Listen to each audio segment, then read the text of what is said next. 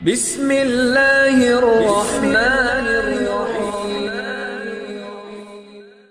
مفتی شعیب اللہ خان صاحب کے بیانات کے لیے مفتی صاحب کے آفیشیل چینل کو سبسکرائب کریں اور زیادہ سے زیادہ شیئر کریں۔ الحمدللہ رب العالمین والصلاة والسلام علی سید الانبیاء واشرف المرسلین وعلی آلہ وصحبہ اجمعین، اما بعد۔ باب کیف کان بدء الوحی الی رسول اللہ صلی اللہ علیہ وسلم وقول اللہ عز وجل انا اوحینا الیک کما اوحینا الی نوح والنبیین من بعد۔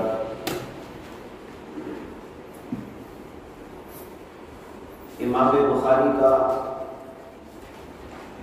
طرز ابتدا کس انداز پر تھا یہ آپ کو پرسوں بتایا گیا، اور یہ بھی بتایا تھا کہ امام بخاری نے کتاب الوحی سے یا باب الوحی سے آغاز کر کے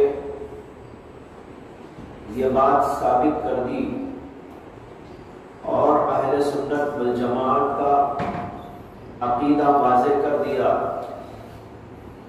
کہ دین کی بنیاد اللہ کی وحی پر ہے۔ نظریات یہ سب بدلتے رہتے ہیں اور ان کے اندر غلط فہمی کا اور غلطی کا بڑا شدید امکان ہوتا ہے، لہذا ایک ایسی چیز کی ضرورت تھی انسان کو صلاح و فلاح کے راستے پر گامزن کرنے کے لیے، جو ہر قسم کے عیوب سے پاک ہو، ہر قسم کے خطا و خلل سے محرہ اور بری ہو اور انتہائی مستند ہو، اور وہ طریقہ ہے اللہ کی وحی کا، لہذا اللہ کی وحی کی بنیاد پر یہ پورا دین قائم ہے۔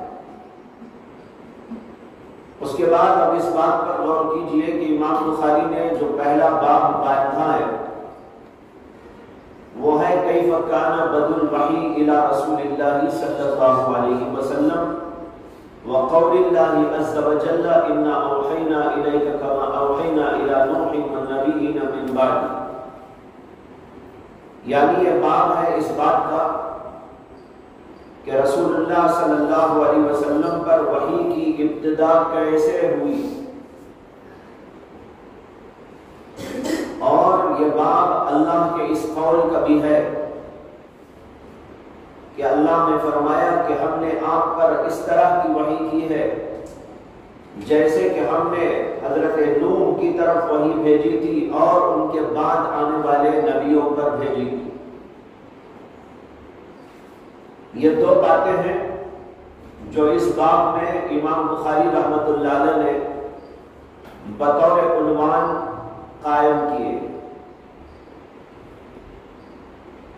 پہلی بات ہے اس کے اندر بابو کیف کان بدء الوحی۔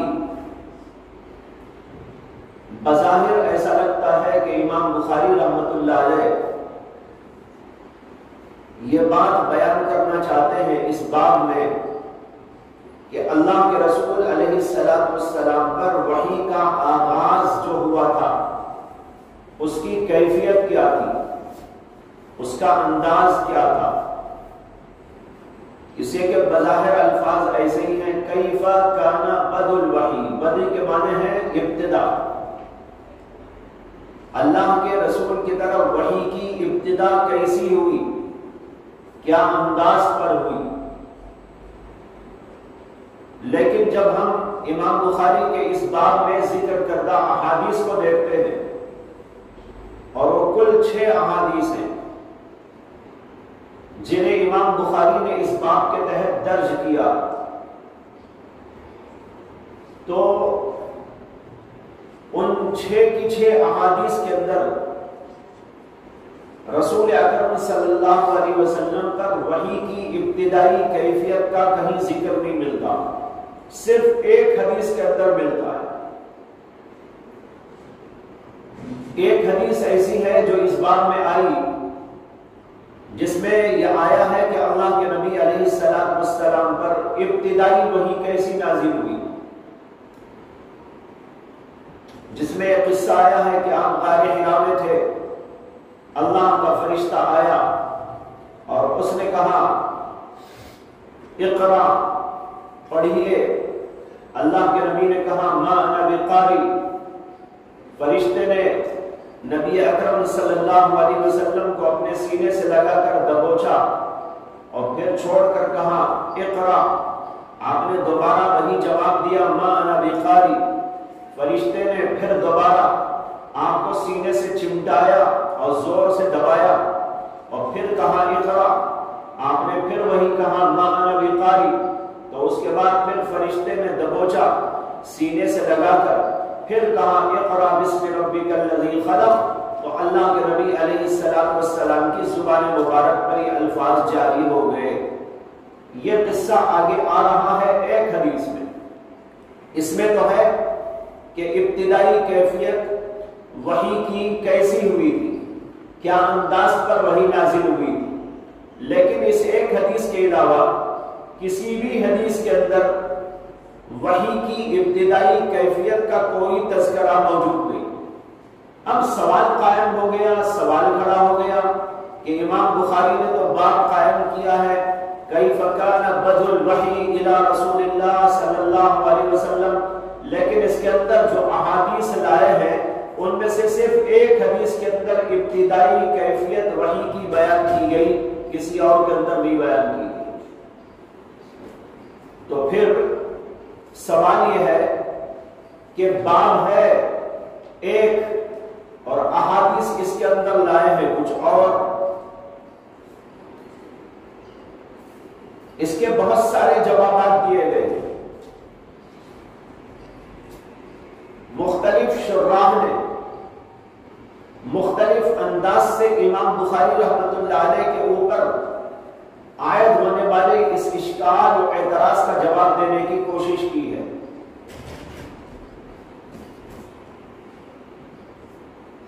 بعض لوگوں نے یہ جواب دیا ہے، جیسے حافظ ابن حجر عسقلانی نے اور اسی طرح حافظ بدر الدین العینی نے، کہ امام بخاری بد کا لفظ جو استعمال فرماتے ہیں اس سے صرف ابتدائی وحی کی کیفیت یا کسی چیز کی ابتدا مراد نہیں ہوتی، بلکہ ابتدا سے انتہا تک سب کچھ مراد ہوتا ہے۔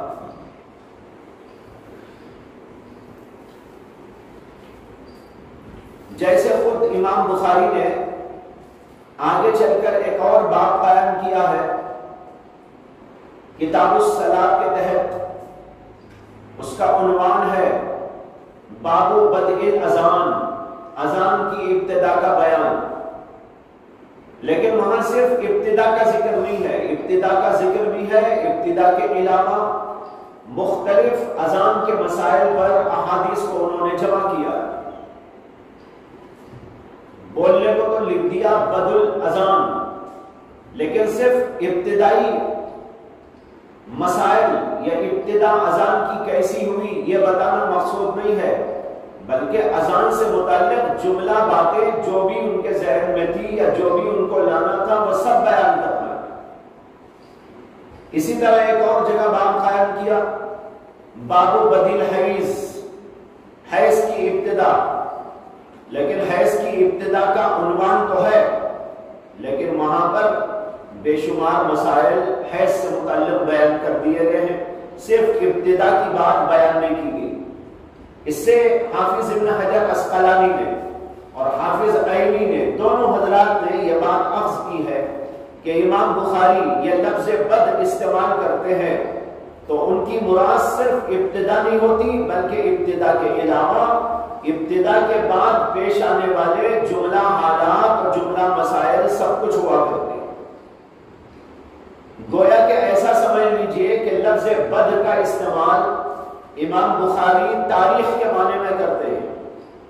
باب بدء الوحی کے معنی باب تاریخ الوحی، وحی کی تاریخ، ابتدا کیسے ہوئی، آگے کیا ہوا،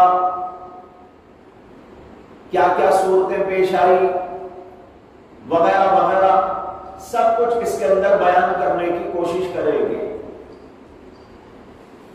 یہ جواب پہلا جواب تھا۔ دوسرا جواب اس کا بعض حضرات نے یہ دیا ہے کہ یہ لفظ بد نہیں ہے بلکہ بدو ہے۔ جیسے کہ میں نے پہلے بھی آپ کو بتایا تھا کہ یہ لفظ دو طرح پڑھا گیا ہے، بعض نسخوں میں ہے بدء الوحی اور بعض نسخوں میں ہے بدو الوحی، اور بدو کے معنی ظاہر ہونے کے ہیں۔ وحی ظاہر ہوئی کیسے، اور اس کی جملہ کیفیات اور جملہ حالات بیان کرنا مقصود ہے۔ اس لیے ان حضرات کے نزدیک لفظ بد یہاں نہیں ہے بلکہ بدو ہے۔ اس کا ایک جواب وہ ہے جو حضرت شیخ الہند مولانا محمود حسن دیوبندی رحمت اللہ علیہ نے دیا۔ انہوں نے اس کا جواب یہ دیا ہے کہ یہاں پر 3 لفظ آئے ہیں۔ ایک لفظ ہے کیفا، ایک لفظ ہے بد، اور ایک ہے لفظ وحی، اور تینوں لفظ یہاں اپنے عموم کے ساتھ مراد ہیں۔ کیفا میں بھی عموم ہے، بد کے اندر بھی عموم ہے، وحی کے اندر بھی عموم ہے۔ عموم کے کیا معنی؟ کہتے ہیں کیفا کے معنی کیسا، اور مراد یہ ہے کہ کیفیت مکانی، کیفیت زمانی، اور اسی طریقے پر وہ نازل ہونے کی کا انداز، یہ سب لفظ کیفا میں داخل ہو گئے۔ کیف کانا کیسے ہوئی، یعنی کس جگہ سے ہوئی، کس زمانے میں ہوئی، کس طریقے پر ہوئی، تو اس کے اندر عموم ہو گیا۔ اور لفظ بد ابتدا، اس کے اندر بھی عموم ہے، ابتدائے زمانی، ابتدائے مکانی اور طریقہ کار، اور پھر وحی کے اندر بھی عموم ہے۔ وحی کی ابتدا کیسے ہوئی، یعنی وحی کن کیفیات کے ساتھ، کن حالات کے ساتھ، کس زمانے میں، کن لوگوں پر، کس نبی پر نازل ہوئی، اور وہ نبی کن صفات کے حامل تھے، اور جن کے لیے وحی نازل کی گئی وہ زمانہ کون سا تھا، اس زمانے کے لوگوں کے حالات کیا تھے، یہ سب کچھ اس کے اندر داخل ہو گیا۔ اب اس عموم کے ساتھ ہم ترجمۃ الباب کو سمجھیں گے تو تمام احادیث اس کے اوپر منطبق ہو جائے گی۔ اللہ کے نبی پر وحی کس زمانے میں نازل ہوئی، کس طریقے پر نازل ہوئی، کس جگہ پر نازل ہوئی، اور آپ پر نازل ہوئی تو آپ کی حالت کیا تھی، آپ کی کیفیت کیا تھی، اور لوگوں کی حالت کیا تھی، زمانہ کیسا تھا۔ اب اس عموم کے ساتھ جب آپ دیکھیں گے نا تو اس میں آئی ہوئی تمام احادیث منطبق ہو جائیں گی۔ تو اس طریقے پر حضرت شیخ الہند نے ان تینوں الفاظ کو اپنے عموم پر لیا، اور اس عموم کے اندر ان تمام چیزوں کو داخل کر دیا جو یہاں احادیث کے اندر بیان کیے گئے ہیں۔ جب آپ احادیث پڑھیں گے اور غور کریں گے تو یہ بات آپ کو سمجھ میں آئے گی۔ بعض لوگوں کا کہنا ہے، جیسے حضرت شاہ ولی اللہ محدث دہلوی رحمت اللہ علیہ کا، کہ امام بخاری کا مقصد کیف کان بد الوحی سے یہ ہے کہ اللہ کے رسول پر وحی مطلوع یا وحی غیر مطلوب، کوئی سی بھی وحی ہو، یعنی قرآن کی شکل میں آنے والی وحی ہو یا غیر مطلوب قرآن کے علاوہ جو حدیث کی شکل میں وحی ہے وہ ہو، وہ کیسے نازل ہوئی، کس طریقے پر نازل ہوئی، کہاں نازل ہوئی، کس کی طرف سے نازل ہوئی، نازل کرنے والے درمیانی فرشتے کون تھے، یہ سب تفصیلات اس کے اندر مقصود ہے۔ تو لہذا کیف کان بدل وحی کے معنی حضرت شاہ صاحب کے نظریے کے مطابق یہ ہو گئے، اللہ کے نبی پر قرآن اور اس کے علاوہ جو حدیث آتی تھی اس کی ابتدا کیسے کہاں سے ہوئی، گویا کہ حضرت شاہ صاحب کے نزدیک یہاں بد سے مراد مبدا ہے، بد سے مراد مبدا، وحی کا مبدا کیا ہے، وہی اللہ کی طرف سے آئی ہے، محمد صلی اللہ علیہ وسلم کی طرف آئی ہے، نازل کرنے والی ذات اللہ کی ذات ہے، اور جن پر نازل کی گئی وہ ذات محمد رسول اللہ صلی اللہ علیہ وسلم کی ہے، اور بیچ میں اس وحی کو لانے والے فرشتے تھے، ان فرشتوں کا ذکر بھی یہاں پر آ جائے گا۔ اس طریقے پر یہ بتانا مقصود ہے کہ وحی کا مبدا کیا ہے، ابتدا نہیں، وحی کا مبدا کیا ہے، وحی کا مبدا تو اللہ کی ذات ہے، اللہ نے اس کو نازل کیا، اور اللہ بے خطا ذات ہے، بے خلل ذات ہے، اور اس کے اندر کبھی بھول چوک نہیں ہو سکتی، اس سے کبھی کوئی خطا سرزد نہیں ہو سکتی، ایسی ذات کی طرف سے یہ وحی نازل ہوئی۔ اور بیچ میں جو فرشتہ تھا اللہ کا وہ جبریل امین علیہ السلام، اور جبریل امین علیہ السلام وہ بہت بھاری بھرکم فرشتہ تھا، ذی قوہ، بڑی قوت والا تھا، اور بڑا امانت دار تھا، امین تھا۔ قرآن میں اللہ نے ایک جگہ پر اس کا ذکر کیا ہے کہ وہ اللہ کا فرشتہ ذی قوت تھا، بڑی قوت والا تھا اور امانت دار تھا، عند ذی العرش مکین، اور اللہ کے قریب رہنے والا تھا۔ یہاں پر یہ کیفیتیں بتائی، مطاع اور مطاع تھا، یعنی سب کے اوپر حاوی تھا، کوئی اس کے اوپر حاوی نہیں ہو سکتا تھا، امین تھا۔ دیکھو یہ ساری صفات جبریل امین علیہ السلام کی اللہ تعالیٰ نے بیان کی، یہ بتانے کے لیے کہ وحی لانے والا فرشتہ کن اوصاف اور کن صفات کا حامل تھا۔ تو آئی کہاں سے وحی؟ اللہ کی طرف سے۔ لانے والا کون؟ جبریل امین علیہ السلام۔ جبریل کیسے تھے؟ ذی قوت تھے، عند ذی العرش مکین، اللہ کے قریب رہنے والے تھے۔ دور ہو تو پتہ نہیں کچھ سمجھے کہ نہ سمجھے، لیکن عند ذی العرش مکین، ذی العرش کے پاس میں رہنے والے تھے، قریب رہنے والے تھے، اللہ کے بہت قریب تھے۔ اس لیے جو کچھ اللہ نے نازل کیا اس کو انہوں نے اخذ کیا، اور پھر وہ مطاع تھے، یعنی سارے فرشتوں کے سردار تھے۔ ایسا نہیں ہے کہ وہ معمولی درجے کے کوئی فرشتے ہو، اور پھر کہاں امین اور بڑے امانت دار تھے۔ انہوں نے اس وحی کو لا کر محمد الرسول اللہ پر نازل کیا، اور جو رسول اللہ تھے ان کی صفات بھی پھر آ گئی اس کے اندر کہ وہ رسول کیسے ہیں، اور فرشتہ آتا تھا تو آنے کی کیفیت کیا ہوتی تھی، فرشتہ لاتا تھا وحی تو کبھی تو انسانی شکل میں آتا تھا اور کبھی انسانی شکل میں نہیں آتا تھا، اور کبھی سلسلۃ الجرس کی طرح آواز آتی تھی۔ یہ سب باتیں اس کے اندر آئیں گی۔ تو حضرت شاہ صاحب کا کہنا یہ ہے کہ یہ سب کچھ بتانا مقصد ہے امام بخاری رحمۃ اللہ علیہ۔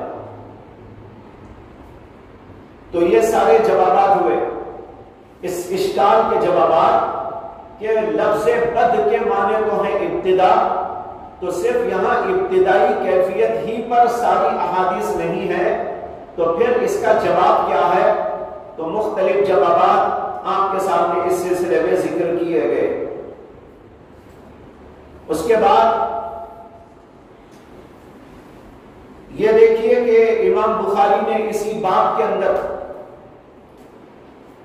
اللہ کے قول کو بھی ذکر کیا، وَقَوْلِ اللَّهِ عَزَّ وَجَلَّ، یہ باب ہے اللہ کا، اللہ کے اس قول کا بھی۔ یہ تو اس کے اندر وحی کا مبدا بیان کرنا ہے، وحی کی کیفیات کا بیان کرنا ہے، اللہ کے رسول کے حالات بیان کرنا ہے، اللہ کے فرشتے کے حالات اور اس کی کیفیات بھی بیان کرنی ہے، اور دوسرے اس قول کو بھی بیان کیا کہ اللہ تعالیٰ نے کہا اِنَّا أَوْحَيْنَا إِلَيْكَ كَمَا أَوْحَيْنَا إِلَى نُوحٍ وَالنَّبِيِّينَ مِن بَعْدِهِ، گویا اس قول کی تشریح بھی کرنی ہے،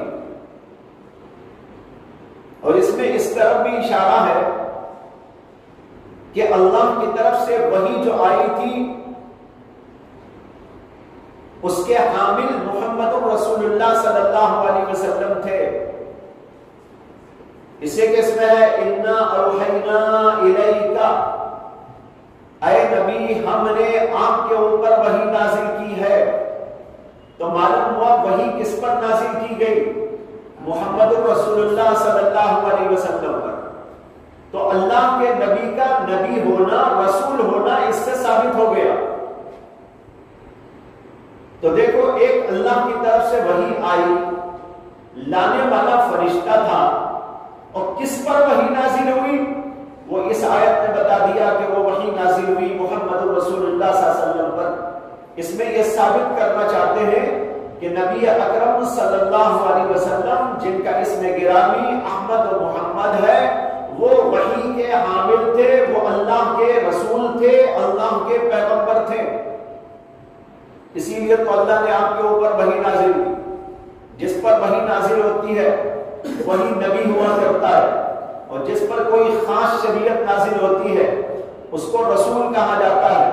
لہذا محمد صلی اللہ علیہ وسلم اللہ کے رسول ہیں، اللہ کے پیغمبر ہیں، آپ کے اوپر وحی نازل ہوئی تھی، لہذا جو کچھ اللہ کے نبی فرمائے اسے ہم کو مان کر چلنا ہے۔ اگر اللہ کے نبی علیہ السلام کا نبی ہونا، رسول ہونا ثابت نہ ہو تو پھر آپ کی بات کا اعتبار کیسے ہوگا؟ اس لیے امام بخاری نے یہ بھی بتا دیا آیت کو لا کر کہ ہمارے نبی علیہ السلام واقعی اللہ کے پیغمبر تھے اور آپ کے اوپر وحی نازل ہوتی تھی۔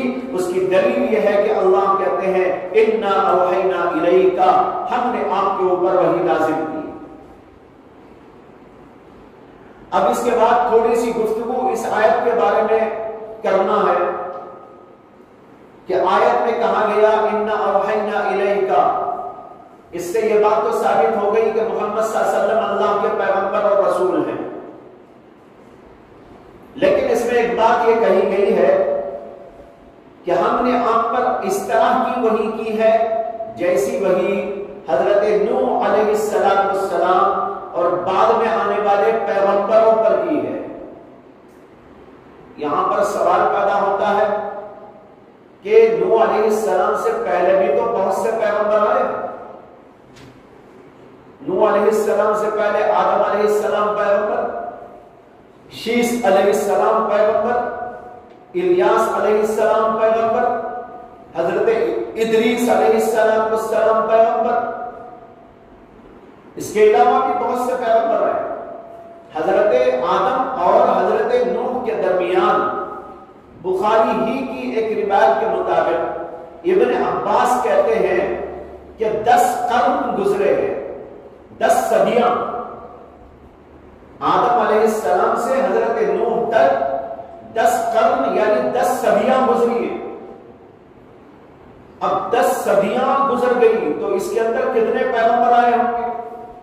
تو بہت سارے پیغمبر آئے، لیکن یہاں یہ کیوں کہا گیا کہ اے محمد صلی اللہ علیہ وسلم ہم نے آپ پر ایسی وحی نازل کی ہے جیسی وحی کہ ہم نے نوح پر اور نوح کے بعد میں آنے والے پیغمبروں پر نازل کی۔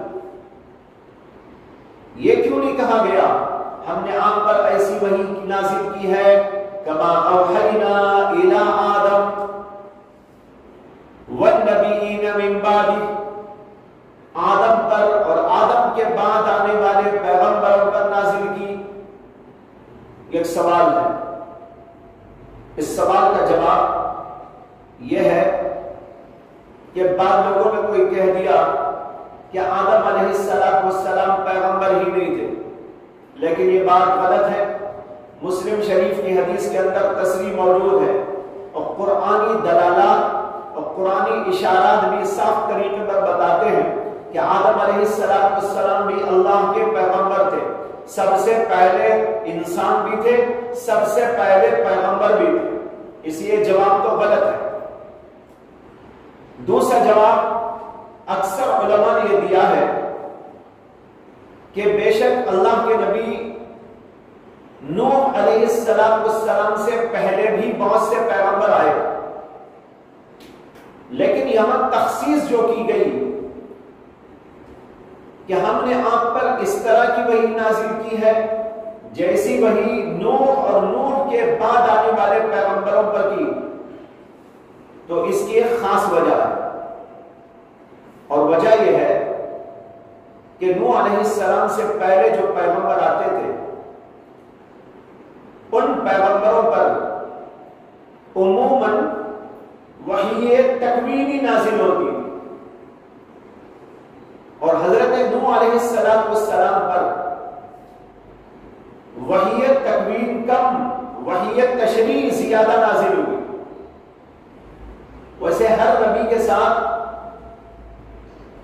یہ معاملہ رہا کہ وحی تکوین بھی نازل ہوتی تھی، وحی تشریع بھی نازل ہوتی تھی۔ پہلے آپ سمجھ لیجئے کہ وحی تکوین کے معنی کیا؟ تکوین کے معنی ہے کائناتی امور، کھانا پینا پکانا، رہنا سہنا، مکان دکان اور مختلف دنیاوی چیزیں، یہ کائناتی امور، ان کائناتی امور کے بارے میں بھی اللہ کی وحی نازل ہوتی۔ اور تشریع کے معنی ہے شریعت، کہ اللہ کے احکام زندگی گزارنے کے لیے، جس سے کہ ایک بندہ عبادت کر کے اللہ کے احکام پر، اللہ کے احکام کی تعمیل کر کے اللہ تبارک و تعالیٰ کی رضا پائے، یہ تشریع کہلاتی ہے۔ حضرت آدم علیہ السلام جب دنیا میں تشریف لائے تو ان کو ضرورت تھی کہ یہ ان کو سمجھایا اور بتایا جائے کہ دنیا میں جینے کا طریقہ کیا ہے، پکوان کیسے کرے، کھیتی کیسے اگائے، مختلف اور کام دھام کیسے کرے، مکان کیسے بنائے، اس کے طریقہ کار یہ بتانے کی بڑی شدید ترین ضرورت ہے۔ اس لیے حضرت آدم علیہ السلام پر بھی اور اس کے بعد بھی کئی پیغمبروں تک یہ سلسلہ رہا کہ اللہ تبارک و تعالیٰ نے دنیا والوں کو سمجھانے کے لیے، بتانے کے لیے کہ زندگی کیسے کرنا ہے، وحی تکوین نازل فرمائی۔ ایک روایت میں آتا ہے جس کو صاحب بدائع الظہور نے نقل کیا ہے کہ جب آدم علیہ السلام کو دنیا میں بھیج دیا گیا تو اللہ تبارک و تعالیٰ نے جبریل امین علیہ السلام یا کسی فرشتے سے فرمایا کہ جہنم سے آگ کا ایک ٹکڑا لے جاؤ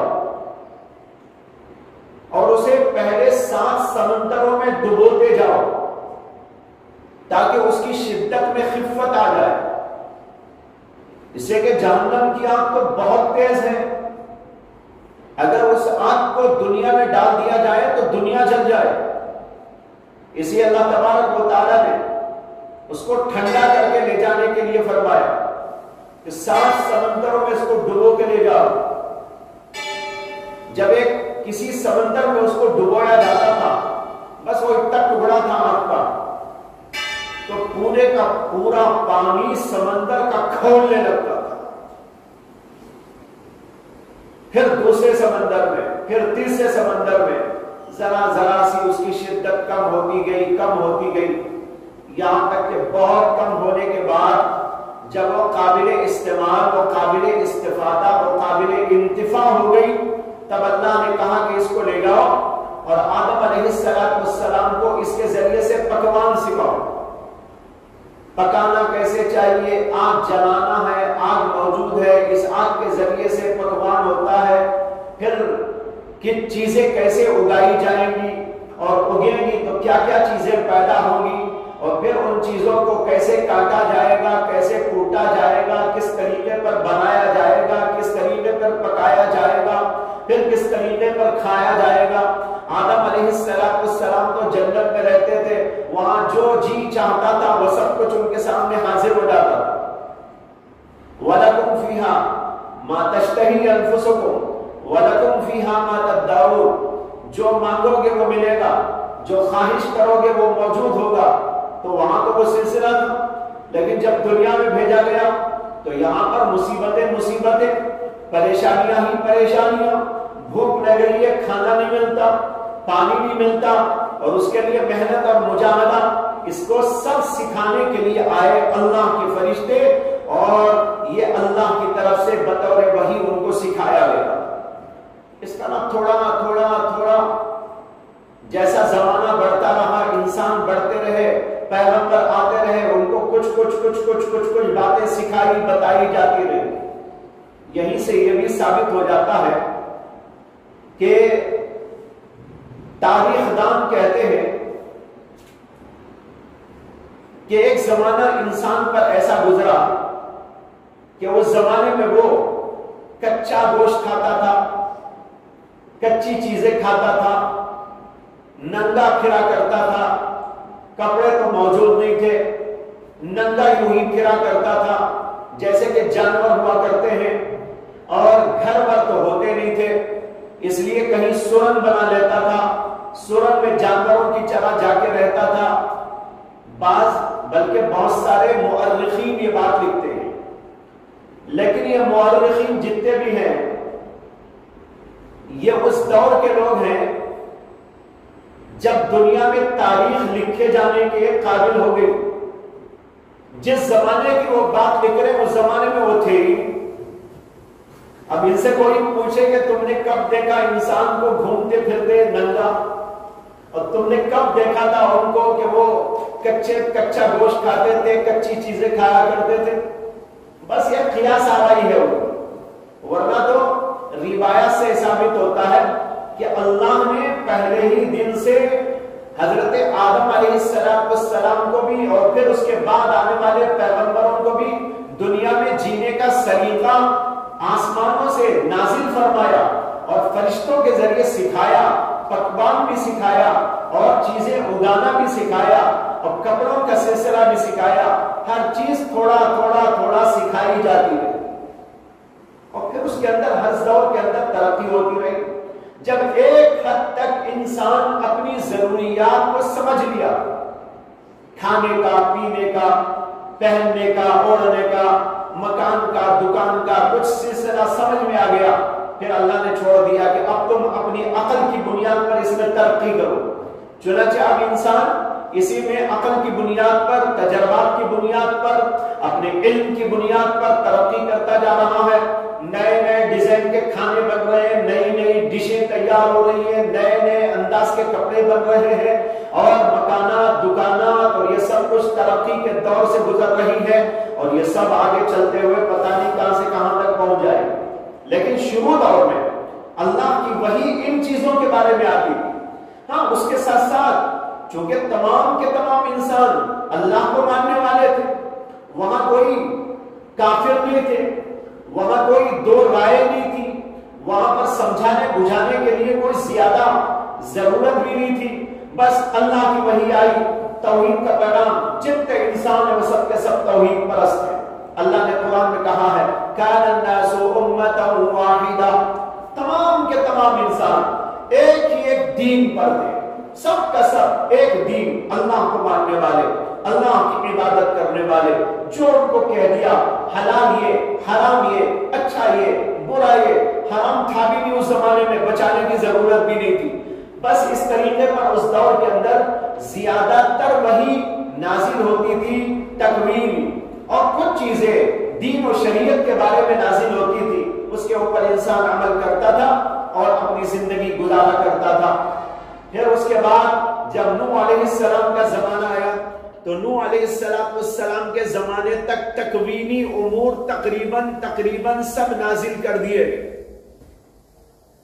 حضرت نوح علیہ السلام کے زمانے سے ذرا پہلے بگاڑ پیدا ہوا انسانوں میں، کفر پیدا ہوا، شرک پیدا ہوا۔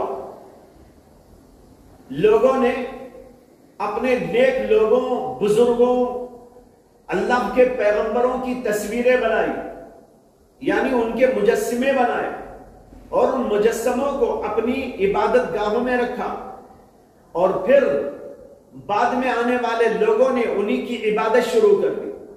پہلے پہل تو یہ ہوا کہ لوگوں نے نیک لوگوں کے مجسمات بنائے، اس خیال سے بنائے کہ ہم اپنی عبادت گاہ میں اس کو رکھ کر اللہ کی عبادت کریں گے، یہ بزرگ ہمارے سامنے ہوں گے، ان کو دیکھیں گے تو ہمیں اللہ یاد آئے گا، ان کو دیکھیں گے تو ان کی عبادت، ان کی ریاضت، ان کا مجاہدہ ہمارے ذہن کے اندر آئے گا، ہمارے اندر بھی ذوق پیدا ہو جائے گا، شوق پیدا ہو جائے گا، ہم بھی اللہ کی عبادت بہترین انداز سے کر سکیں گے۔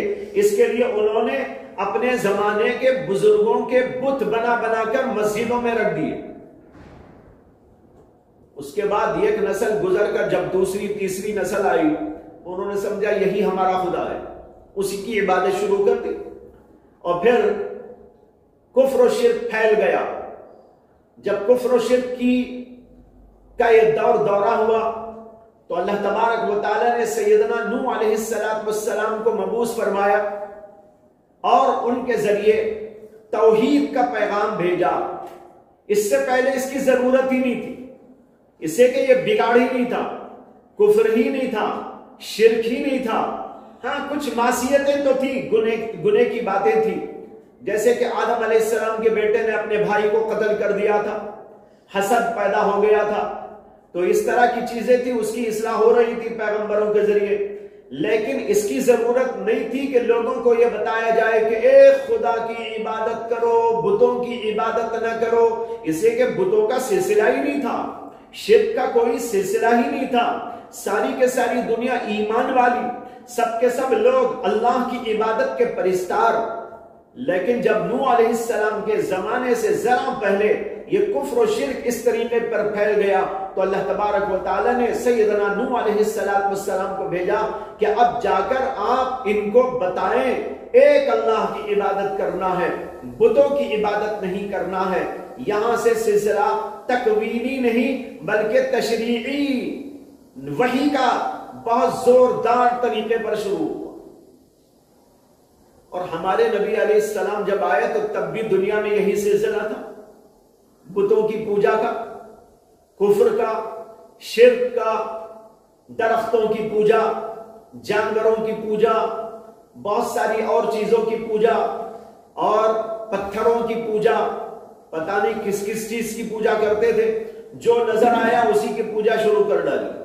جیسے کہ یہاں ہندوستان میں بھی ہے، ہر چیز کی پوجا کرتے ہیں، یہاں تک کہ بے شرمی کی انتہا ہو گئی کہ شرمگاہ کی بھی پوجا کرتے ہیں، اس کو بھی خدا مانتے ہیں۔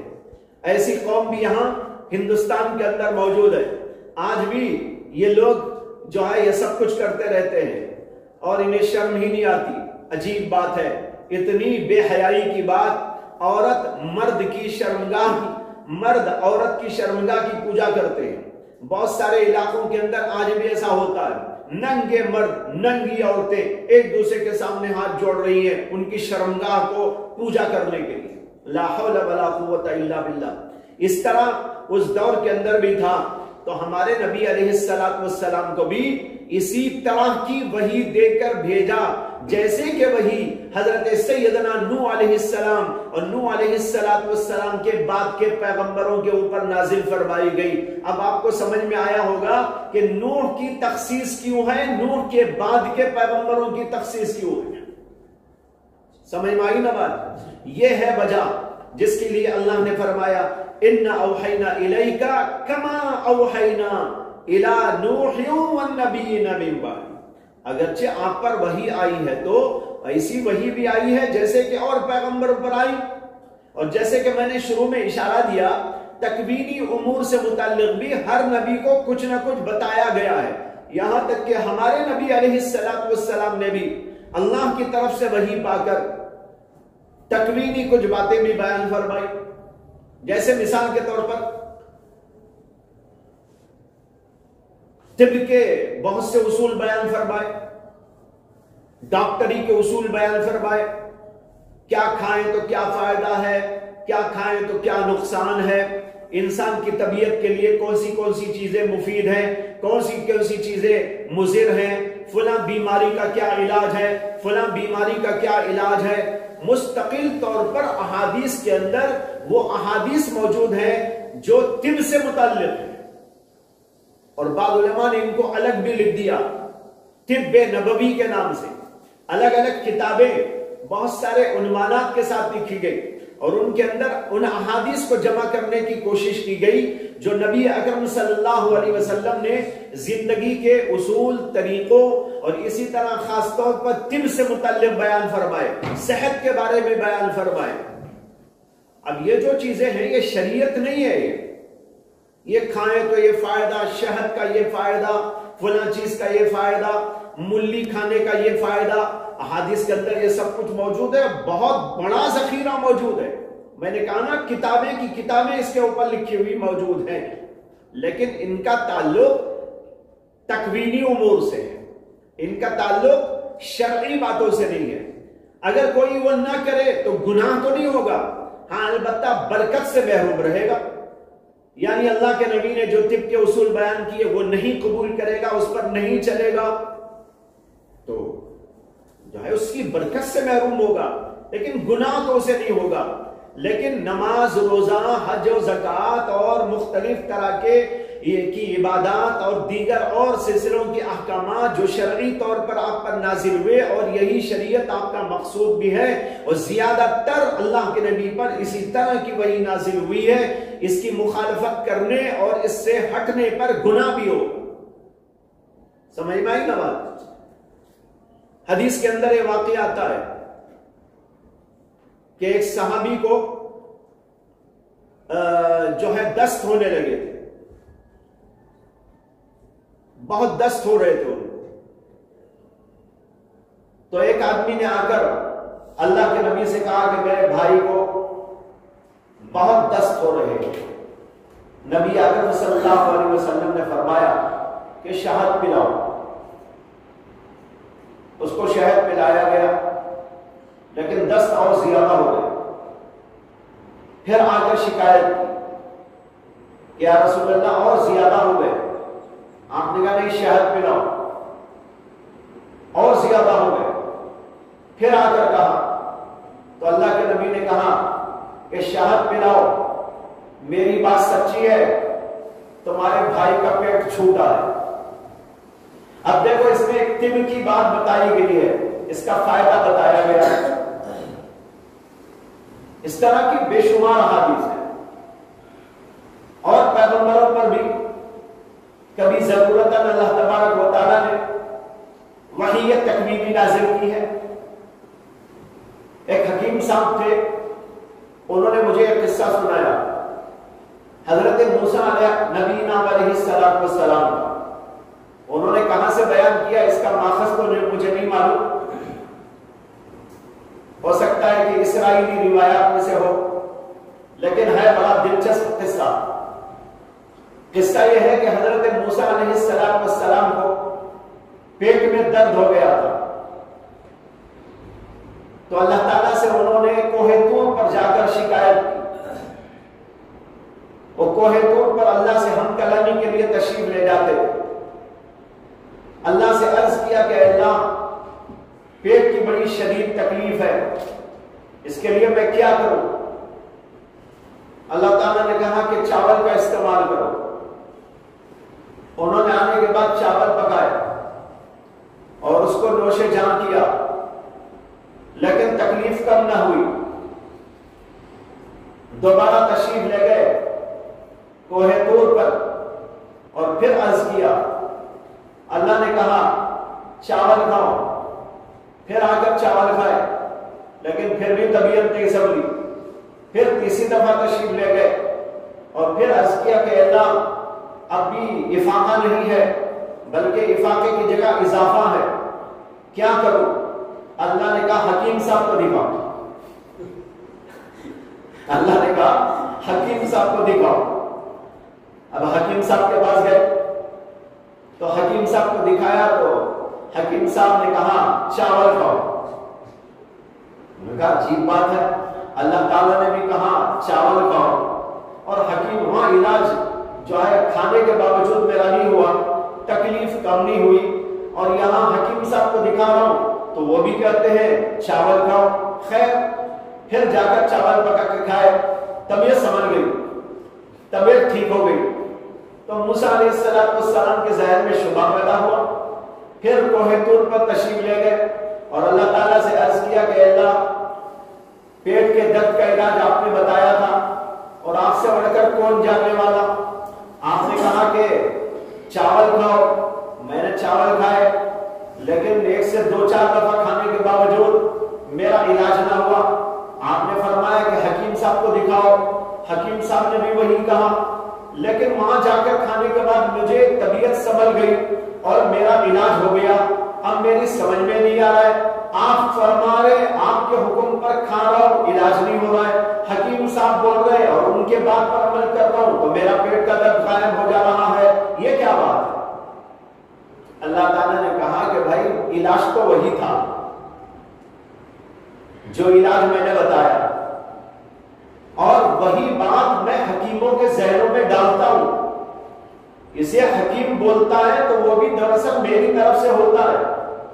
میں حکیموں کے ذہنوں میں بات ڈالتا ہوں. انہوں نے بھی وہی کہا، لیکن میرے کہنے پر علاج نہ ہوا. حکیم صاحب کے کہنے پر بیماری ختم اس لیے ہو گئی کہ میرے کہنے کے بعد میری مشیت کا تعلق تمہاری صحت سے نہیں ہوا تھا. یعنی میں نے چاہا نہیں تھا. جب میں نہ چاہوں تو کون سا علاج کارگر ہوگا؟ اللہ چاہے تو علاج ہوگا نا، ورنہ تو چیزوں کے اندر کوئی طاقت نہیں ہے. جب اللہ چاہیں گے علاج ہوگا، اللہ نہ چاہیں گے علاج نہ ہوگا. 1000 دوا کھاؤ لیکن اگر اللہ نہ چاہے تو کوئی فائدہ نہیں ہوگا، اور اگر اللہ چاہے تو بغیر اس کے بھی علاج ہو سکتا ہے. تو اللہ نے کہا میں نے چاہا نہیں تھا اس لیے تمہاری پیٹ کے درد کی بیماری ختم نہیں ہوئی، لیکن جب میں نے کہا حکیم صاحب کے بعد جاؤ، حکیم صاحب نے کہا اور تم نے کھایا، تو تب میرے ارادے اور مشیت کا تعلق تمہاری صحت سے ہو گیا اور تمہارا علاج ہو گیا.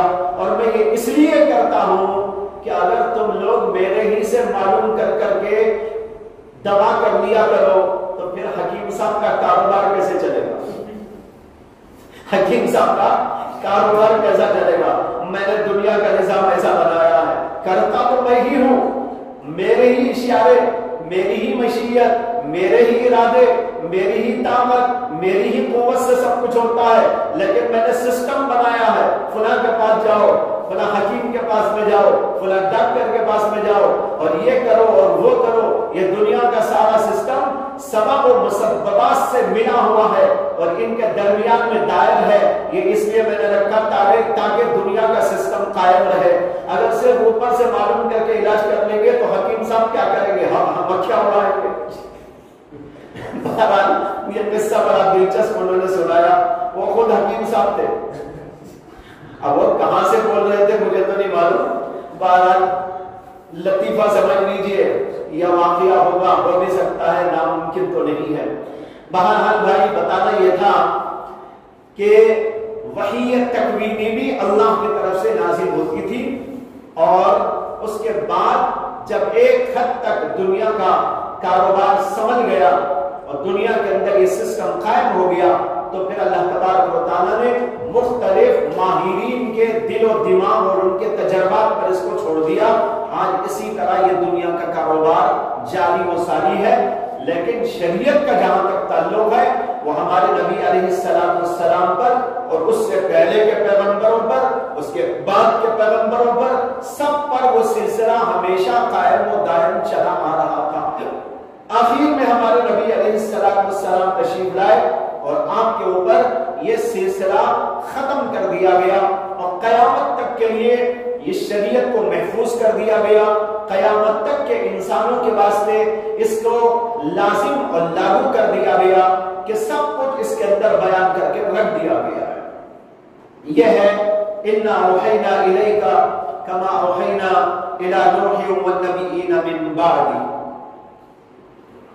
اس کے بعد یہاں پر ایک بحث ہے وحی کسے کہتے ہیں، لیکن اس کو میں اس حدیث کے ضمن میں بیان کروں گا جو نمبر 2 پہ آ رہی ہے، اس لیے کہ وہاں پر یہ لفظ آئے گا دوسری حدیث میں کیف یاتیک الوحی یا رسول اللہ۔